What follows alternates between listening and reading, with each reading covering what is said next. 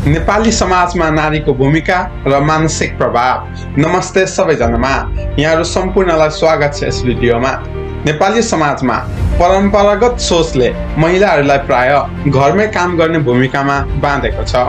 घरको काम, परिवारको हेरचाह यिनै उनीहरूको मुख्य कर्तव्य मानिन्छ।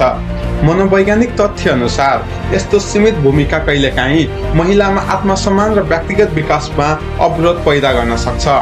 आफ्ना रुचिहरू र पेशागत लक्ष्यहरूलाई पछाडि पार्ने दबावले मानसिक तनाव र असन्तोष बढ्न सक्छ। तर सकारात्मक सोच र आत्मस्वीकृतिले यो चुनौतीलाई अवसरमा रूपान्तरण गर्न सक्छ। शिक्षा, आत्मनिर्भरता र आफ्ना रुचिहरूको पहिचानले महिलालाई घरका सीमाहरू बाहिरको क्षमता प्रदर्शन गर्न प्रेरित गर्छ।